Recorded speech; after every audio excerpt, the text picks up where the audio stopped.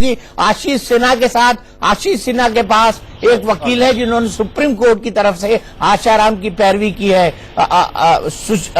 आशीष, क्या कहना है इनका? सौरभ अजय गुप्ता जी हमारे साथ हैं, जो आशाराम के वकील रहे हैं। जब भी जमानत की सुनवाई हुई है सुप्रीम कोर्ट में, सौरभ आप अपीयर हुए हैं, लेकिन आज अदालत ने आशाराम को दोषी करार दिया है। देखिए, अभी तक हमें ये सोर्सेज से ही पता लगा है कि आशाराम जी को और 5 लोगों को कन्विक्ट किया गया है, बट अभी कोई रिलायबल सोर्स से किसी ने भी अभी नहीं बताया है, क्योंकि जजमेंट की कॉपी अभी आई नहीं है। और जो हमारे वहां पे लॉयर्स हैं जो जेल के अंदर गए हुए हैं, क्योंकि आज कोर्ट सुबह वहीं बैठी थी, वो भी बाहर नहीं आए हैं, तो ये सारी बातें स्पेकुलेशंस पे हो रही हैं कि बापूजी को कन्विक्ट किया गया है और उनके साथ 5 लोगों को कन्विक्ट किया गया है। इनफैक्ट खबर तो ये भी आ रही है कि 2 लोगों को बरी किया गया है, बट अभी कुछ भी कहना गलत है। बट हाँ, मैं एक बात ये जरूर कहना चाहूंगा, जो भी हमने डॉक्यूमेंट्स और अपने दस्तावेज पेश करे थे ट्रायल कोर्ट में, और सुप्रीम कोर्ट से भी हमें अनुमति मिली थी कि हम ट्रायल कोर्ट में डाल सकते हैं वो सारे डॉक्यूमेंट्स, वो क्लियरली स्टैब्लिश करते हैं कि ये केस जो है ये केस एक फॉल्स केस है और पूरा मन गढ़ंत बनाया गया है और हमारे खिलाफ एक बहुत बड़ी साजिश की गई है। लेकिन जो अभी तक खबरें निकलकर सामने आ रही है उसमें तो ये तय है कि आशाराम दोषी करार दिए जा चुके हैं, और जो भी आपके सबूत आपने रखे या जो भी बहस की, उन सबों को दरकिनार कर दिया कोर्ट ने। अब मैं यही तो कह रहा हूं, देखिए, अब आप मेरी बात का बुरा ना माने, अब आपने जजमेंट नहीं देखा, आपने कोर्ट प्रोसीडिंग्स नहीं देखी, बट आपने मान लिया कि उनका कन्विक्शन हो गया है। This is only where country is at fault, this is only where media should represent both the sides of the coin. Asaram Bapuji के लिए भी दिखाएं और विक्टिम के लिए भी दिखाएं। अभी तक जजमेंट नहीं आया, हमारा और आपका कहना किसी का भी गलत होगा। सौरभ, आपने अभी कहा कि आप लगातार उन वकीलों से संपर्क में हैं जो इस समय वहां पर मौजूद हैं, यानी जो जेल के अंदर जो प्रक्रिया चल रही है उसमें वो मौजूद है, तो वहां से क्या आया, आप ही बता दीजिए क्या। हम आपको यही कहना चाह रहे हैं, हमारा उनसे संपर्क नहीं हो पा रहा है। हमने हमारे 2 लॉयर्स को वहां भेज रखा है जो ट्रायल कोर्ट में देख रहे थे, अभी हमारा उनसे संपर्क नहीं हो पा रहा है। वो जैसे ही जेल से बाहर आएंगे हमें असली राइट इन्फॉर्मेशन मिलेगी और हम मीडिया के साथ शेयर करेंगे। सौरभ, अगर वो आशीष, मैं एक सवाल पूछना चाहता हूं, 1 मिनट आपका वक्त लूंगा। मैं एक सवाल पूछना चाहता हूं, मैं सौरभ से ये जानना चाहता हूं कि जब सुप्रीम कोर्ट में उनके एज सर्टिफिकेट की बात आई थी तो सुप्रीम कोर्ट ने बड़ा वेग रखा था, लेकिन वेग रखने के साथ अपने जजमेंट में ये भी टिप्पणी की थी कि 10वीं का सर्टिफिकेट ही मान्य होता है ज्यादातर केसेस में, लेकिन आप अपने फैक्ट रख सकते हैं। तो जब सुप्रीम कोर्ट एक बात कह चुका था तो ये किस हिसाब से उनको माइनर नहीं मेजर मान रहे हैं? और सेशन कोर्ट ने 5,000 की पेनल्टी भी लगाई थी। की सुनवाई हुई थी उस समय सुप्रीम कोर्ट ने कहा था कि जो 10वीं का सर्टिफिकेट है पीड़िता का, उसी को आधार बनाया था और उसी का कहा था कि ये माइनर है, लेकिन आप लगातार कहते रहे हैं कि ये माइनर नहीं है और उसमें कोर्ट ने जुर्माना भी लगाया था। देखिए, मैं आपको एक बात बताना चाह रहा हूं, जो जुर्माने वाली प्रोसीडिंग्स थी वो अलग प्रोसीडिंग्स थी। एक हमारे पास एक बड़ा इंपॉर्टेंट डॉक्यूमेंट है, जो एक डॉक्यूमेंट है एडमिशन फॉर्म।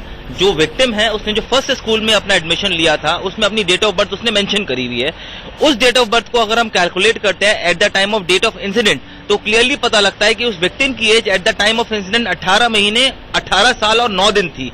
तो इट मीन्स कि हमारे पे पॉक्सो अट्रैक्ट नहीं होता है। टाइम एंड अगेन यही कहा जा रहा है कि एक बच्ची थी, बच्ची का शोषण हुआ है। चलिए आशीष, जो आर्ग्यूमेंट सौरभ दे रहे हैं, मैं ये बताना चाहूंगा आपको कि वो आर्ग्यूमेंट पूरे नल एंड वॉइड हो जाएंगे, क्योंकि अभी अभी खबर ये आ रही है कि आशाराम के वकीलों ने कहा है, उम्र का हवाला दिया है और कहा है कि कम से कम सजा दी जाए। आशाराम पर सजा का ऐलान आज ही होगा और वकील ने उनके प्ली किया है कि उनको कम से कम सजा दी जाए। यह भी अनप्रेसिडेंटेड है रविंदर जी। वैसे ऐसा होना नहीं चाहिए था, क्योंकि कई बार होता है कि वकील जो है अदालत के सामने, जैसे क्लाइंट होता है वो पूरी तरह से सकम्ड हो जाता है, गिर पड़ता है। ऐसे कई बार वकील भी लैक ऑफ एक्सपीरियंस से ऐसी बात कह रहा होगा कि जी सीधी मैं बहस ही कर देता हूं और जो है आप इनको उम्र की बात बताकर या इन्होंने जो समाज के लिए किया है वो बताकर जल्दी दें। वरना हमेशा ये होता है कि फैसले की कॉपी मिलती है, कॉपी पढ़ी जाती है, पढ़ने का एप्लीकेशन बनती है, फिर जो है बहस होती है, बहस के बाद ये सुनाया जाता है। लेकिन एक शॉर्टकट ये तरीका इन्होंने अपनाया है, तो ऐसा भी हमारे सामने अभी आ रहा है। हालांकि मुझे लगता नहीं है, क्योंकि वो भी बहस लंबी होती है। सजा की भी जो बहस हम लोगों ने देखी है, हमने कोर्ट की रिपोर्ट, वो बहुत लंबी चलती है। इसलिए इतनी जल्दी, मतलब क्योंकि दोपहर होने जा रहा है, 12 बजे तो कोर्ट बंद हो जाएगा। बिल्कुल जी, तो 7:30 इसलिए मुझे लगता नहीं है कि इतनी जल्दी सजा हो सकता है कि कल कंटिन्यू कर रहे इसको, कि सुरक्षा यही रही है, संभव है, लेकिन सजा का ऐलान आज ही हो जाए इसकी संभावना कम इसको सफाई दे देता हूँ, आपको भी क्लेरिफाई कर देता हूँ, आपको भी क्लेरिफाई देता हूँ। ज्ञान की वृद्धि सबकी होना चाहिए, मेरे दर्शक भी जाने, मैं ये चाहूंगा। इसको एक असाधारण केस माना गया है, इसको एक ऐसा केस माना गया है जो कानून व्यवस्था के लिए दिक्कतें खड़ी कर सकता है, इसको एक ऐसा केस माना गया है जिससे लॉ एंड ऑर्डर बिगड़ सकता है, इसको एक ऐसा केस माना गया है और ऐसा केस मानने के कारण ही जेल के अंदर कोर्ट बनाई गई है। जनरली ऐसे मामलों में जेल के अंदर सजा नहीं दी जाती है। आतंकी अजमल कसाब का मामला अलग था, लेकिन ये एक स्पेशल केस है, इसीलिए सजा का ऐलान आज ही हो रहा है। क्योंकि अगर सजा का ऐलान आज नहीं हुआ, जो हमारे सूत्र बता रहे हैं, मैं बता दूं ये हमारे सूत्रों की खबर है, तो फिर एक बार ऐसी व्यवस्था करनी पड़ेगी प्रशासन को एक बार फिर से, कोर्ट को एक बार फिर से। इसीलिए ये सजा का ऐलान शायद आज हो रहा है। नरेश बिस्वानी हमारे सहयोगी जुड़े हुए हैं। नरेश, क्या अपडेट मिल रहा है आपके पास?